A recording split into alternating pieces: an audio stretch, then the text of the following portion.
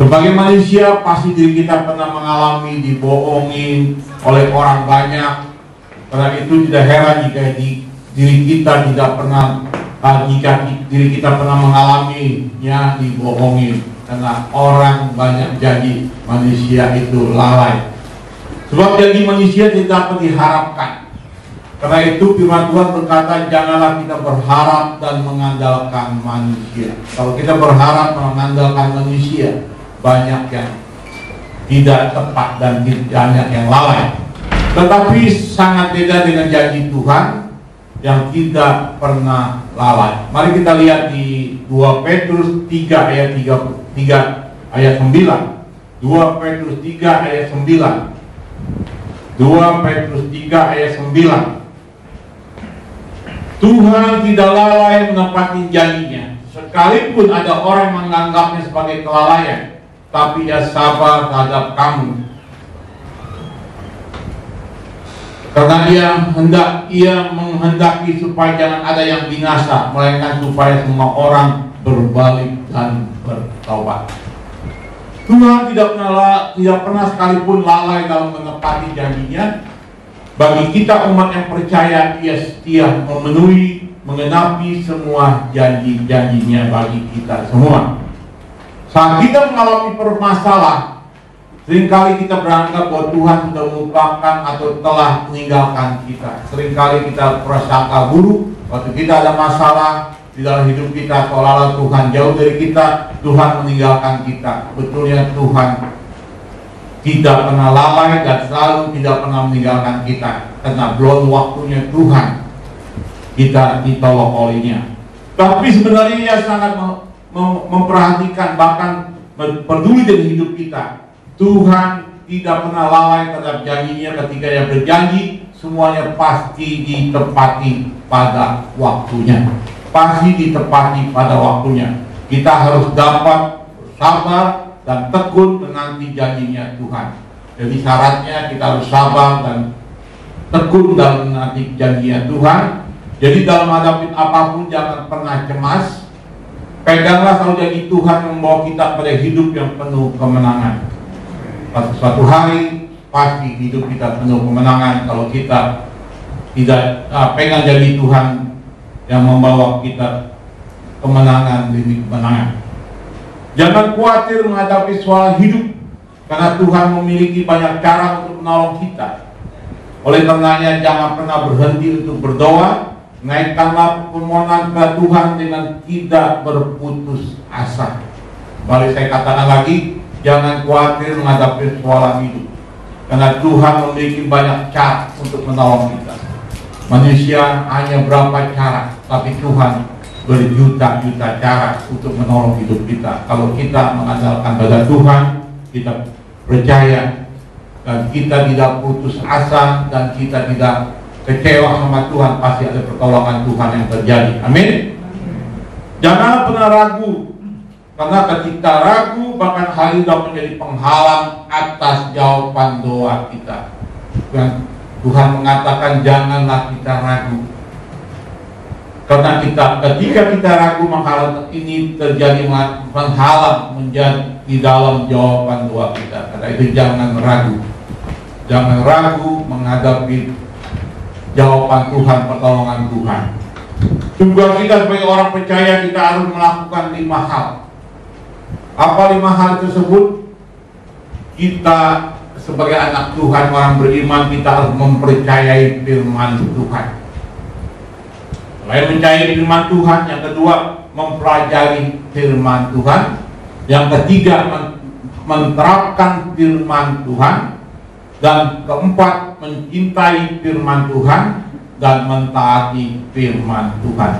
Saya ulang lagi, mempercayai firman Tuhan yang pertama, kedua mempelajari firman Tuhan, menerapkan firman Tuhan, dan mencintai firman Tuhan dan menaati firman Tuhan. Itulah kita harus lakukan di dalam hidup kita hari-hari. Kalau kita pasti bisa menjalankan, pasti Tuhan ada jawaban di dalam hidup kita kalau kita melakukan hal yang berkenan pada Tuhan. Mengapa Tuhan tidak pernah lalai di dalam janji-janjinya? Kesatu, poin pertama, Karena Dia adalah Tuhan yang mengasihi kita. Kenapa Tuhan tidak pernah lalai lalai di dalam janjinya? Karena Dialah Tuhan yang mengasihi kita. Karena Dia adalah Tuhan yang mengasihi kita. Karena itu Dia tidak akan lalai dan melupakan kita sebagai umatnya yang orang percaya. Karena itu Tuhan tidak pernah membeda-bedakan umatnya. Karena Dia sangat mengasihi kita semua. Tuhan tidak pernah membeda-bedakan umatnya. Karena Tuhan mengasihi diri kita semua. Tidak peduli siapa status kita, dan suku apa, bangsa apa, dan juga bagaimana keadaan kita, Tuhan tidak pernah membedakan. Dia mengasihi kita. Sebab itu jika diri kita belum diberkati berlimpah-limpah seperti orang lain, kesehatan kita juga belum dipulihkan, masalah di hidup kita silih berganti, karena ada perbedaan diri kita dengan dirinya orang tersebut yang telah diberkati oleh Tuhan. Kenapa orang bisa dipulihkan Tuhan, diberkatin Tuhan, diberkatin kesehatan lain-lain? Ada dua hal perbedaan. Orang yang diberkatin Tuhan, dipulihkan Tuhan, dan orang yang selalu hidupnya dipulihkan dalam Tuhan. Perbedaannya ada dua hal. Yang pertama adalah perbedaan di iman kita. Orang diberkati, dipulihkan Tuhan, dan hidupnya selalu dilindungi oleh Tuhan. Dua hal yang berbeda. Berbedalah. Pertama adalah perbedaan di iman kita. Contohnya, jika kita mendengar firman Tuhan, lalu firman Tuhan berkata bahwa diri kita akan diberkati, dipulihkan oleh Tuhan, dan diri kita akan dipakai menjadi saluran berkat buat orang banyak. Tuhan berkata melalui firman bahwa kita akan diberkati, dipulihkan oleh Tuhan, dan kita dipakai menjadi orang saluran berkat buat orang banyak. Tetapi iman kita tidak menerimanya dengan serius dan kurang percaya. Akhirnya terjadilah sesuai dengan iman kita. Jadi orang yang pertama dia menerima firman Tuhan dengan yang serius, dan dia terima Tuhan itu dengan percaya bahwa Tuhan memakai diri dia. Tuhan akan memberkati diri dia. Tuhan dimuliakan oleh hidupnya dan keluarganya. Dia serius terimanya. Ya, amin. Dia terima. Tapi kita ragu. Kita nggak percaya. Kurang percaya. Percaya kurang percaya. Kurang beriman. Akhirnya firman Tuhan mengatakan, jadilah sesuai imanmu. Mengerti maksud saya? Kalau kita diberkatin ternyata kita nggak respon, nggak melakukannya dengan serius menerima firman Tuhan itu, ya terjadilah sesuai dengan iman kita. Tuhan mau ngasih kita 10, tapi kita percaya cuma 3 atau 5, ya sejadilah 3 dan 5. Iman kita yang menentukan siapalah diri kita, perbedaan itu. Jadi kalau kita menerima firman Tuhan, amin, dan kita percaya, kita terima dengan ucapan syukur, dan kita maksudnya kita tetap berfokus dengan apa yang firman katakan dalam diri kita. Jadikan diri kita saluran berkat buat orang banyak. Amin, saya akan jadi saluran berkat secara rohani maupun jasmani. Tuhan bisa pakai hidup kita jadi saluran berkat secara rohani dan jasmani. Pertama, perbedaan itu adalah iman kita. Jadilah sesuai dengan iman kita. Yang kedua adalah respon kita. Waktu kita mendengar firman Tuhan yang disampaikan oleh pendeta saudara, kita menerima firman Tuhan disebut dengan respon masuk kiri, keluar kanan. Ada orang yang menerima firman Tuhan, responnya masuk kiri, keluar kanan. Artinya tidak ada respon yang baik dan kurang percaya. Kurang percaya. Respon kita yang sama, kita imani hanya sesuai dengan iman kita. Tuhan kasih 10, kita menerima yang iman kita dengan iman kita 3 atau 4 atau 5. Jadilah sesuai dengan iman kita. Kedua, yang respon kita. Respon kita yang baik dan kurang percaya. Kurang baik dan kurang percaya. Kalau kita memberkati hidup kita, respon kita menerima firman Tuhan dengan serius nggak serius gitu. Tapi ada yang mendengar firman Tuhan lalu melakukannya menjadi pelaku firman, bukan hanya jadi pendengar, tetapi jadi pelaku firman. Kalau kita hanya pendengar firman, bukan pelaku firman, itulah perbedaannya yang membuat hidup kita kurang diberkati, kurang dipakai oleh Tuhan, kurang dipulihkan, dan kurang diberi kesehatan. Kenapa? Kita tidak pernah meresponkan firman Tuhan dengan iman kita. Bukan kita jadi pelaku firman, tapi kita hanya pendengar firman. Dengar firman pun masuk kiri, keluar kanan, nggak masuk otak, nggak masuk ke hati, nggak masuk ke roh. Itulah akhirnya responnya terjadilah di dalam hidup kita. Jadi dua perbedaan hidup kita. Kita harus iman kita harus dengan iman kita menerimanya dengan serius dan tekun dan percaya. Semua itu akan terjadi. Kedua, mendengar firman Tuhan, kita respon kita dengan jadi pelaku firman. Kalau firman Tuhan mengatakan lakukan yang ini, lakukan ini. Jangan hanya mendengar, ya lakukan ini, ya udah lakukan ini, tapi nggak pernah melakukan. Jadi hanya pendengar firman, bukan pelaku firman. Tuhan bekerja atas dirinya sendiri dan atas kehendaknya sendiri. Dan pekerjaannya sempurna. Dia tidak akan bekerja dengan sembarangan, karena dia adalah Tuhan yang sempurna. Jadi kita punya Tuhan yang sempurna. Dia bekerja sesuai dengan kehendaknya, bukan diperintah orang. Jadi Tuhan kita tidak punya bos. Tuhan kita adalah bos dari segala bos. Termasuk dalam semua janjinya buat orang percaya, dia akan mengenapinya. Tetapi kenapa tidak terjadi janji Tuhan buat orang percaya? Karena dari pihak manusia yang lalai dan juga tidak sabaran. Nah, ini seringkali kita lalai dengan janji Tuhan dan juga tidak sabaran. Karena segala sesuatu ada waktunya Tuhan. Menurut kita semuanya, mengapa Tuhan mengizinkan kita harus berjuang melalui masa-masa sulit?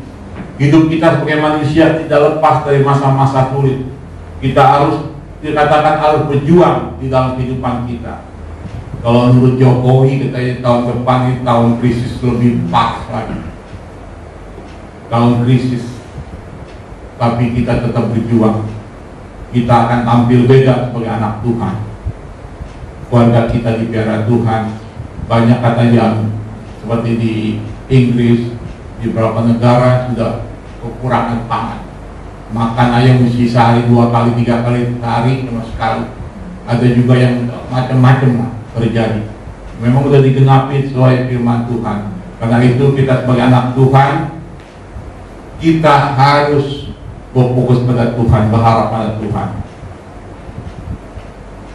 Menurut kita semuanya, mengapa Tuhan mengizinkan kita harus berjuang melalui masa-masa sulit? Pasti semua itu ada rencana Tuhan yang indah di balik itu semua buat diri kita.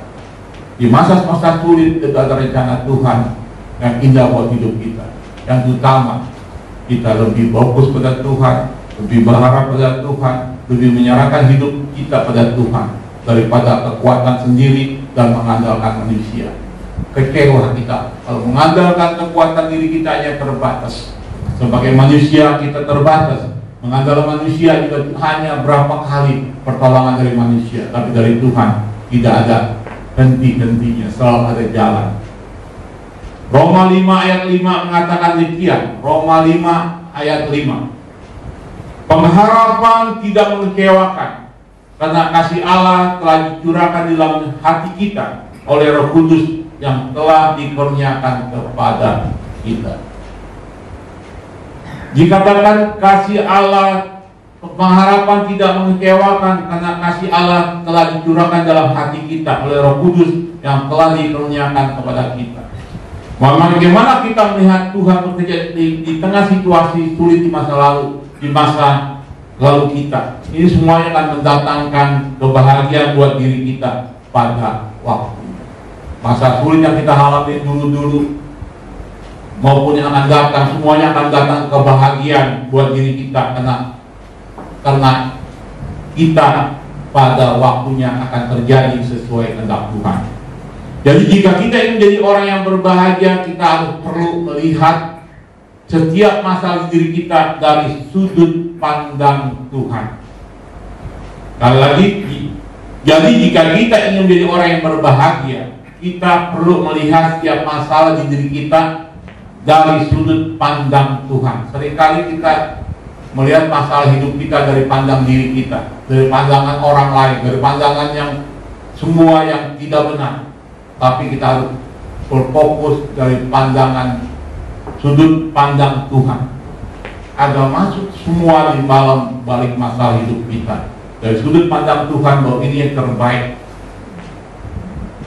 Pasti yang terbaik Tuhan beri. Kalau kita belum dijawab doa kita, belum dijawab pertolongan dari Tuhan, dan semua yang ada masuk dari sudut pandang Tuhan itu baik. Kalau kita lihat sudut pandang manusia, sudut pandang diri kita sendiri sangat mengecewakan. Banyak kata-kata yang mengecewa, yang menakutkan, menyemaskan, dan membingungkan kalau kita menurut pandangan kita. Tapi kalau sudut pandang Tuhan, kita lihat dulu Tuhan tolong saya. Masalah terjadi, kita lihat sudut pandang Tuhan, ternyata Tuhan dulu tolong saya. Sekarang pun Tuhan telah tolong saya. Nanti pun Tuhan akan tolong saya dan seluruh keluarga kita. Amin. Kalau Tuhan dulu tolong saya, sekarang Tuhan tolong saya, nanti apa Tuhan jangan tolong kita? Pasti Tuhan tolong. Kita lihat dari sudut pandang Tuhan. Kalau kita lihat sudut pandang kehidupan kita hari-hari, sangat menakutkan, mengecewakan.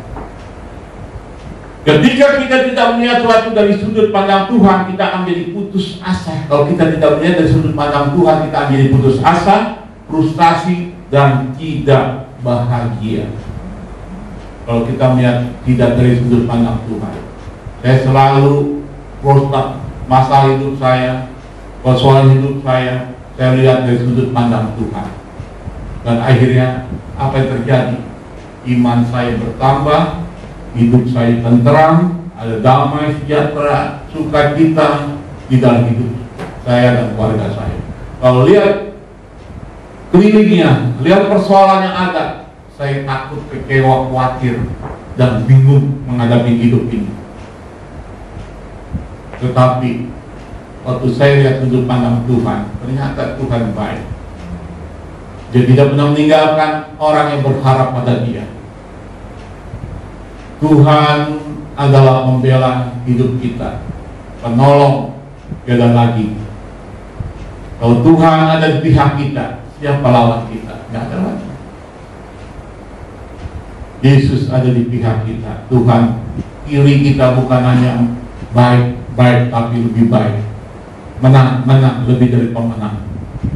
Karena ada Tuhan di dalam hidup kita. Yang kedua, mengapa Tuhan tidak pernah lalai di dalam janji? Karena Tuhan itu penuh kesabaran.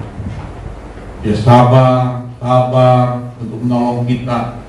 Walaupun bagi kita lalai, atau bagi kita lambat, atau bagi kita mana Tuhan mengecewakan, tapi Dia sabar. Walaupun kita suka menggerutu, kita suka kecewa, kita suka seolah-olah kita remehkan Tuhan, Dia tetap sabar. Tuhan itu selalu menggenapi setiap perkataannya bagi kita, bekerja atas dasar sifat yang penuh kesabaran. Dia akan sabar buat kita, janji Dia pasti akan terjadi. Janji Tuhan pasti akan terjadi. Tapi manusia yang tidak sabar, manusia maunya cepat, sehingga perjalanan Tuhan dalam hidup kita tidak sempurna. Padahal rencana janji Tuhan buat kita adalah sempurna, tepat pada waktu. Sebab janji Tuhan yang terbaik adalah tepat pada waktunya. Waktunya, ini nyanyi bukan nyanyi kita. Nyanyi kita kecil, tapi nyanyi Tuhan besarnya. Pasti Dia, waktunya Tuhan pasti indah. Ya, selama pengalaman hidup saya,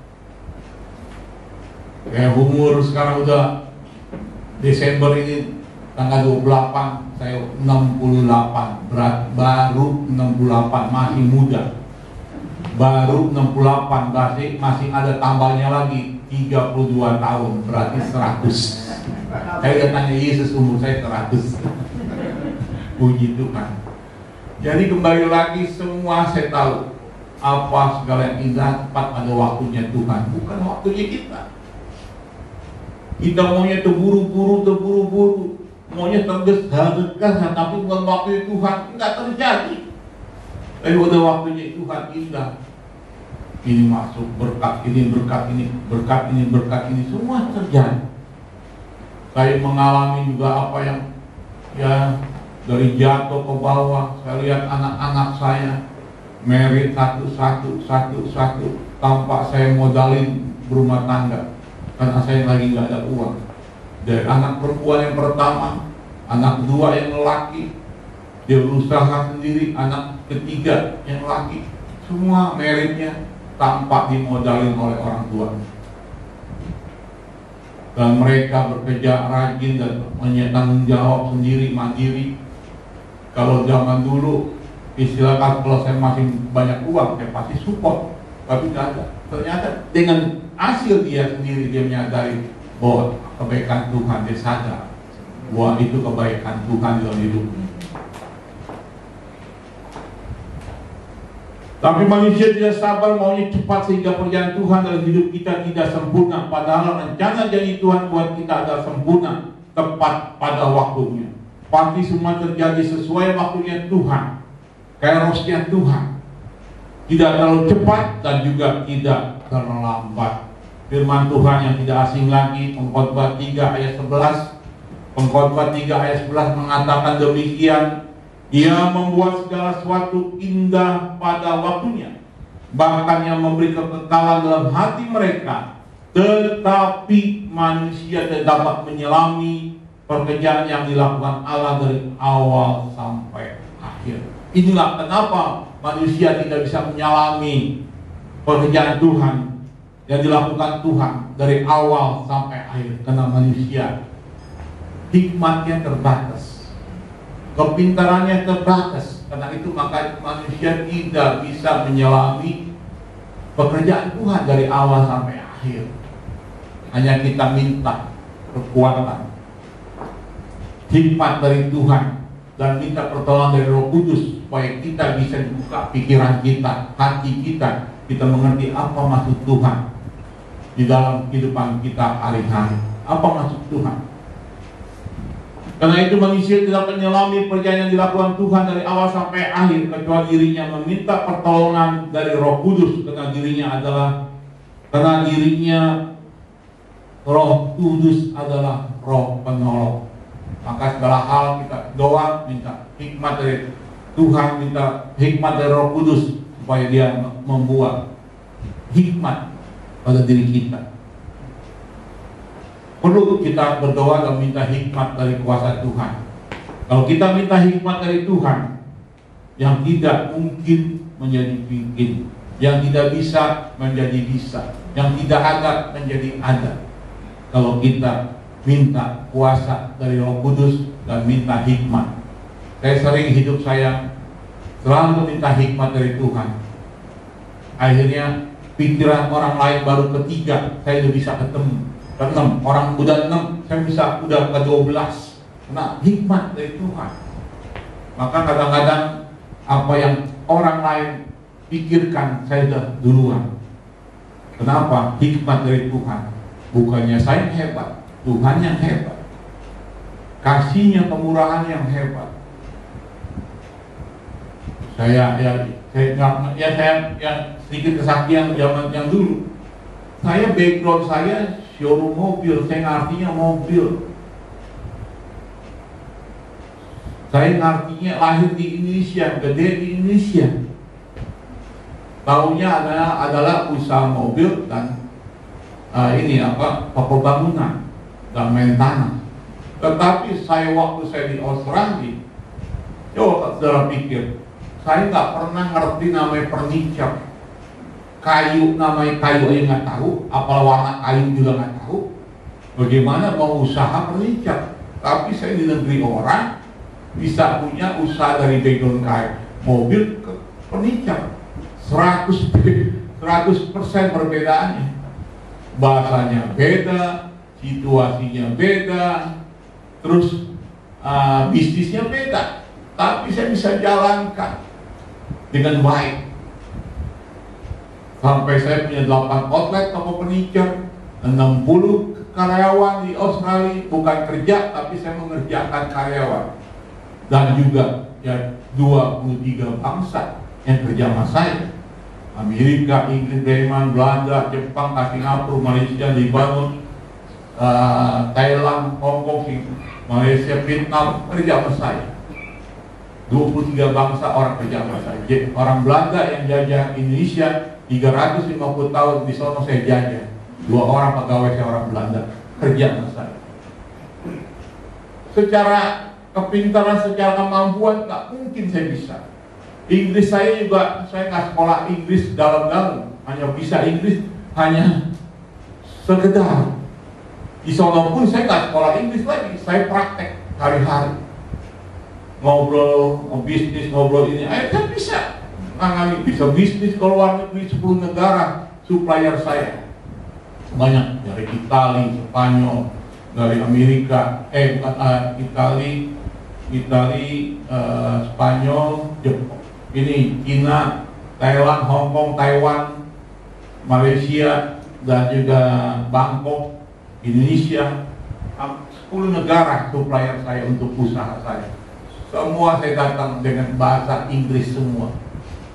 Bisa ngobrol, bisa kerja, bisa apa. Kenapa? Karena kekurangan Tuhan. Hikmat Tuhan, bukan saya pintar. Istilah kata, saya punya karyawan waktu tahun 98, profesor kerja sama saya, dokter gigi 2 kerja sama saya. Profesor itu dia yang mendirikan yang go publik Bank Bali, namanya profesor apa dia, kerja sama saya karena tahun 98 pada kabur ke Australia. Terus yang punya bank, direktur bank, kerja juga Pak Yohanes di sana sama saya. Muladi yang itu, Profesor Muladi yang go publik Bank Bali. Terus satu lagi direktur, semua pejabat istilahnya pejabat tinggi semua di bank. Ada kabur di sana kerja sama saya. Dokter gigi 2 kerja sama saya. Jadi semua Tuhan, saya melihat, saya duduk kuliahnya belum pernah. Saya lewatin UI, lewatin Gunta, udah lewat, saya lewatin doang, tapi nggak pernah duduk. Tapi profesor kerja sama saya, dokter gigi segala apa, itu kan melampaui daripada kekuatan kemampuan saya karena Tuhan Yesus, karena saya minta urapan dari Roh Kudus. Yang ketiga, mengapa Tuhan hendak melalaikan janjinya? Karena dalam setiap janji Tuhan selalu terjadi. Jadi janji Tuhan itu pasti terjadi. Kalau kita imani dengan sungguh-sungguh percaya, yang tadi dengan sesuai iman kita naikkan tingkat iman kita, bukannya kita menerima respon firman Tuhan masuk kiri keluar kanan, tidak ada respon yang baik. Dan juga kalau kita didengar firman Tuhan bahwa kita diberkati, kita responnya dengan percaya bahwa itu terjadi dalam hidup kita, pasti terjadi. Maka 2 hal yang harus kita terima adalah sesuai dengan iman kita. Karena ini dalam setiap janji Tuhan selalu terjadi. Dalam setiap janji Tuhan ada kehendaknya buat diri kita, atau apa kehendaknya dalam setiap janjinya buat kita adalah agar kita berbalik dan bertobat. Dalam setiap janji Tuhan ada kehendaknya buat diri kita. Apa kehendaknya dalam setiap janjinya buat kita adalah agar kita berbalik dan bertobat. Berbalik dan bertobat dari hidup yang tidak berkenan pada Tuhan. Berbalik adalah mengharapkan setiap jalan dan tujuannya kepada Dia. Berbalik adalah mengarahkan setiap jalan dan tujuan kepada Dia. Jalan yang salah harus kembali kepada Dia. Yang sudah jauh harus datang kembali dan mendekat dengan Dia. Jadi tujuan kita adalah berbalik dan bertobat. Kalau kita jauh dari Tuhan, hidup kita tidak sesuai apa yang Tuhan mau, berbalik dan bertobat dan kembali lagi kepada Tuhan, pasti Tuhan tolong. Yang tidak ada persekutuan yang intim dengan Dia, harus membangun hidup yang intim dengan Dia. Bertobat adalah kembali pada kekudusan sesuai dengan standar Tuhan dalam hidup kita. Jadi hidup kita harus standar Tuhan. Jadi masalah hidup kita harus lihat dari sudut pandang Tuhan, bukan pandangan diri kita sendiri. Kalau pandangan diri kita sendiri, kita akan takut dan kecewa. dari sudut pandang Tuhan, oh ternyata ada rencana Tuhan yang indah, benar sesuai Tuhan. 2 Korintus 8 ayat 9. 2 Korintus 8 ayat 9. Karena kamu telah mengenal kasih karunia Tuhan kita Yesus Kristus, bahwa ia yang oleh karena kamu menjadi miskin sekalipun ia kaya, supaya kamu menjadi kaya oleh karena kemiskinannya. Itu janji Tuhan. Tuhan adalah kaya. Dia menjadi miskin. Kenapa? Karena kita. Karena kita, dia miskin jadi dari kaya jadi miskin. Dia tidak berdosa menjadi menanggung dosa kita. Dia mati di kayu salib. Kenapa? Karena kita. Tuhan, kita mengenal kasih Tuhan yang luar biasa, pengorbanannya. Tidak ada presiden yang mati untuk rakyat-rakyatnya, untuk bunuh diri untuk rakyatnya. Tapi Tuhan Yesus Kristus yang mati di kayu salib karena untuk umatnya yang berdosa. Jadi ada cerita, ada donatur Demetrius telah menyumbang hartanya kepada rumah sakit perguruan tinggi bertahun-tahun dia lakukan. Totalnya 47 triliun. Tidak ada yang tahu, bertahun-tahun dia nyumbang rumah sakit, sekolah, fakir miskin dan lain-lain. Bertahun-tahun, Demetrius tidak ada yang tahu siapa yang menyumbangnya. Tapi akhirnya ini dikaji Amerika, akhirnya ketahuan yang nama yang menyumbang ini 47 triliun, bukan 47 miliar, triliun. Dan akhirnya diketahui yang menyumbang itu namanya Charles Finney. Charles Finney ini penyumbang. Dia dulunya terdapat sebagai 400 orang terkaya di dunia. Dan dengan menyumbang hartanya, akhirnya dia tidak lagi menjadi 400 orang terkaya di dunia, karena hartanya berturun. Dan akhirnya nama titelnya orang terkaya dari 400 orang itu tidak lagi di dalam diri namanya Charles Finney ini. Begitu juga Tuhan Yesus mengingatkan kita atas pengorbanan Yesus. Dia kaya menjadi miskin disebabkan pengorbanan buat kita. Dia tidak berdosa menjadi dosa karena dia rela menanggung dosa-dosa kita. Dosa kita semua dia korbankan. Begitu seperti Charles ini, dia menyumbang, dia orang kaya, 400 orang terkaya di dunia terkenal, namanya Charles Finney. Tetapi karena dia nyumbang hartanya 47 triliun, jadi dia bukan lagi orang terkaya dari terdapat 400 orang. Begitu juga Tuhan Yesus, untuk kita dia berkorban. Dia kaya menjadi miskin, dia tidak berdosa menanggung dosa kita. Itu pengorbanan yang Tuhan berikan pada kita. Yang keempat, mengapa Tuhan tidak pernah lalai di dalam janjinya? Keempat, yang terakhir, karena Tuhan selalu melindungi kita, sebab perlindungannya itu sempurna. Karena Tuhan selalu melindungi kita, sebab perlindungannya itu sempurna. Dimanapun kita berada, Tuhan senantiasa melindungi kita dari bahaya. Bahkan dia akan menjauhkan kita dari segala yang jahat, membentengi kita dengan kasih setianya. Tuhan dimanapun kita berada, Tuhan akan melindungi, menjaga kita dengan kasih setianya. Makanya kita harus selalu berdoa, meminta pada Tuhan agar kasih setia Tuhan selalu dalam hidup kita. Saya pernah di Yohanes 10 ayat 10, iblis datang untuk mencuri, membunuh dan binasakan. Itu kerjaan iblis, mencuri, membunuh dan binasakan kita. Maka pagi-pagi kita harus berdoa supaya iblis dijauhkan dari kehidupan kita. Kalau dia curi kita, damai sejahtera sukacita, rumah tangga kita akan hancur, berantakan, ribut terus satu hari. Kalau dia binasakan, dia bunuh iman kita, kepercayaan kita pada Tuhan, dia bunuh. Dan juga dia curi damai sejahtera, dia bunuh semua iman kita dan juga karakter Yesus ada di diri kita dibunuh. Akhirnya kita tidak punya karakter Yesus lagi, dan kita tidak punya iman lagi. Lalu binasakan apa? Tubuh, jiwa, dan roh kita. Ini hati-hati. Makanya kita berdoa pada Tuhan, minta supaya Tuhan melindungi, menjaga hidup kita, keluarga kita. Saya tiap hari itu berdoa.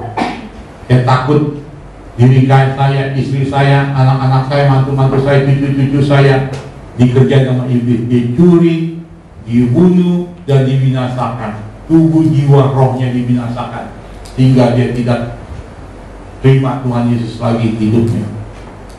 Karena itu kita doa tiap saat.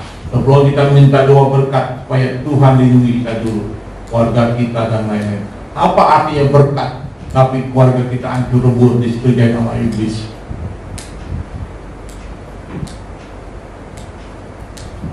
Karena itu marilah kita bersyukur sebab kita memiliki Tuhan yang tidak pernah lalai.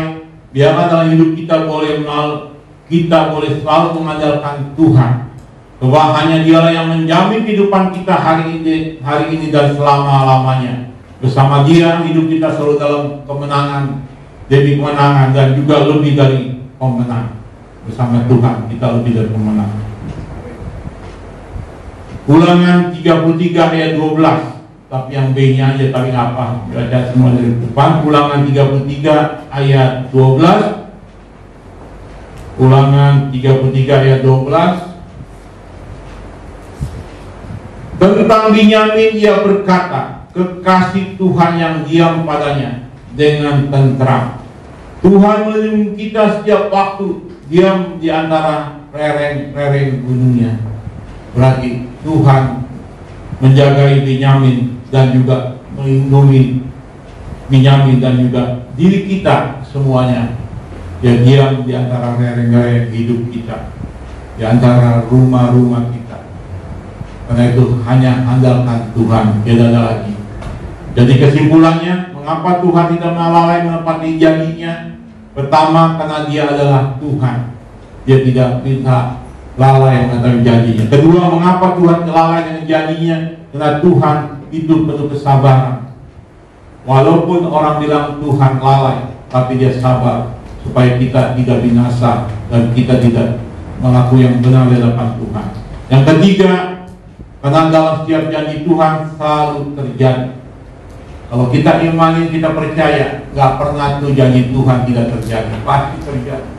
Tetapi indah pada waktunya, bukannya waktunya kita. Kalau kita nih hari mau cepat kaya, minta beli mobil, Tuhan bilang belum waktunya. Kalau you punya mobil nih hari, tiap hari jalan-jalannya ke puncak sama ke mall, nggak pernah ke gereja. Karena dia tahu manusia kita, iman kita ini belum mampu untuk menerima jadi dapat berkat. Berkat itu bisa menyusahkan diri kita kalau kita tidak kuat menerima berkat itu. Yang keempat, karena Tuhan selalu melindungi kita, sebab perlindungan Tuhan itu sempurna. Amin. Tuhan lindungi kita, semua perlindungan Tuhan itu sempurna di dalam kehidupan kita.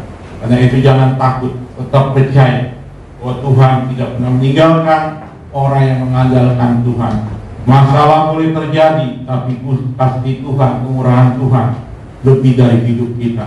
Amin. Kasih Tuhan lebih dari hidup kita, lebih dari kebutuhan kita. Kasih Tuhan yang memegang masa depan kita dan seluruh keluarga kita.